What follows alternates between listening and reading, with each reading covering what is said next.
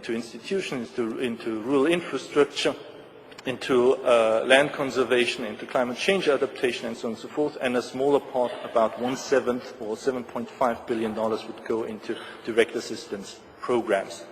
Now, the picture is much better actually in Latin America, and it's nonetheless much appreciated that Latin America is so active in trying to make more progress. But in Latin America, we only have 45 million undernourished right now, only in quotation marks, and we would come down to 33 million, and with the program we would essentially manage it to 18 billion. Okay, fine, that's just a regional overview, just to give you an impression where we invest and what the regional shares are, and you see that actually the biggest amount goes into Sub-Saharan Africa and South Asia. That reflects a combination of different things. Just if you want to boil it down to two major factors, it's a lack of progress made so far and the need to make much more progress in both areas actually, and then in Sub-Saharan Africa also we need a lot more money for infrastructure development, which is quite expensive, and that requires a lot of money. Now, I said in the beginning that we don't want to focus on agricultural output. We essentially are looking for ways and means to make agriculture a source of income. That being said, of course, agriculture will also, or agricultural production will increase, but actually if you look at the needs of incremental production in agriculture, it is a relatively minor thing.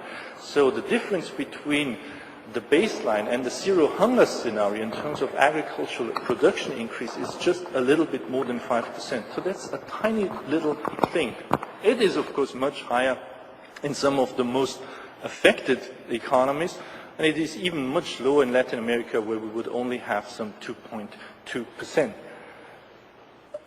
Also bear in mind that we would actually see gains as far as top-line farm incomes are concerned coming out of other factors. It's not necessarily so that farmers would only produce more. They would actually get higher prices at the farm gate, and they would get higher prices at the farm gate simply because we invest in lower transaction costs. We invest in rural roads, we invest in storage, and we invest in processing and other things in the rural economies that all lead to a situation where farmers get inputs cheaper and get actually more for their output. So all these investments are nothing but elements that help establish a value chain.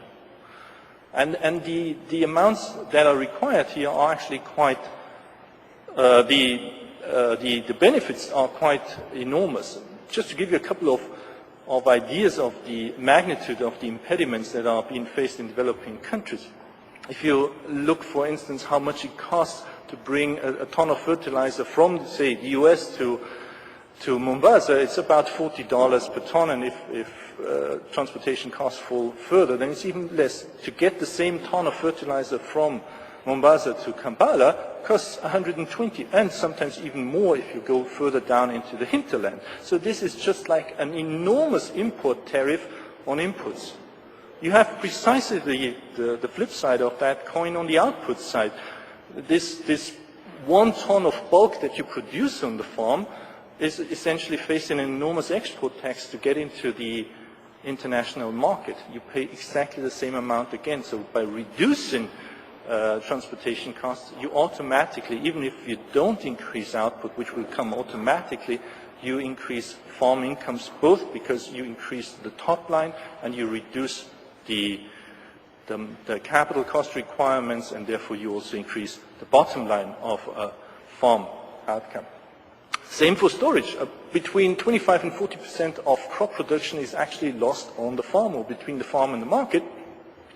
And if you just reduce that by a couple of percentage points, you have an enormous impact on agricultural incomes. You don't even need to produce more. And if you don't need to produce more, that's vastly important from many perspectives, one of which is just natural resources. If you don't need to produce an extra ton, you don't need the extra ton of fertilizer, you don't need the extra ton of pesticides, of diesel, of seeds, of whatever input to produce it. So, and actually water. So it's a vastly beneficial strategy, and that certainly also justifies the intervention by the public hand, because it's certainly producing a public good.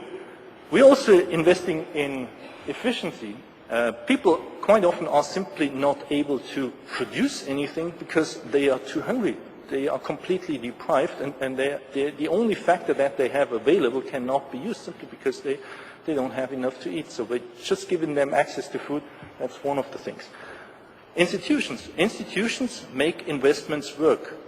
You can't invest in rural areas if you don't have the rural infrastructure for rural finance. You can't invest in you can't have a functioning rural finance system if you don't have land titles and secure tenure. And the same holds for mechanization.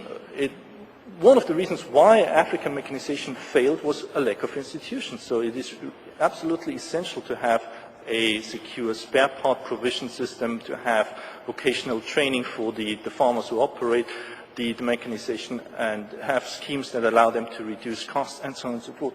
All these things, of course, need to be organized, and that requires an institutional framework.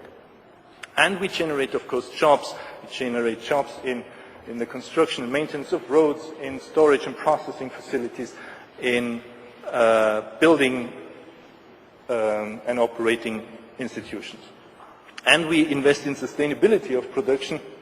We clearly favor the shift towards more sustainable production methods, be it integrated pest management systems, be it integrated plant nutrition systems, or conservation agriculture, no-till agriculture, and actually provides such things as PES, or payments for environmental services, if farmers were to adopt such more sustainable production methods.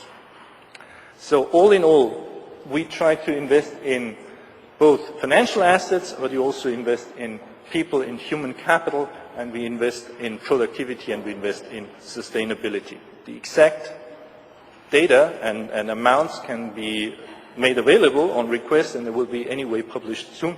It would be of no use now to go through them in detail.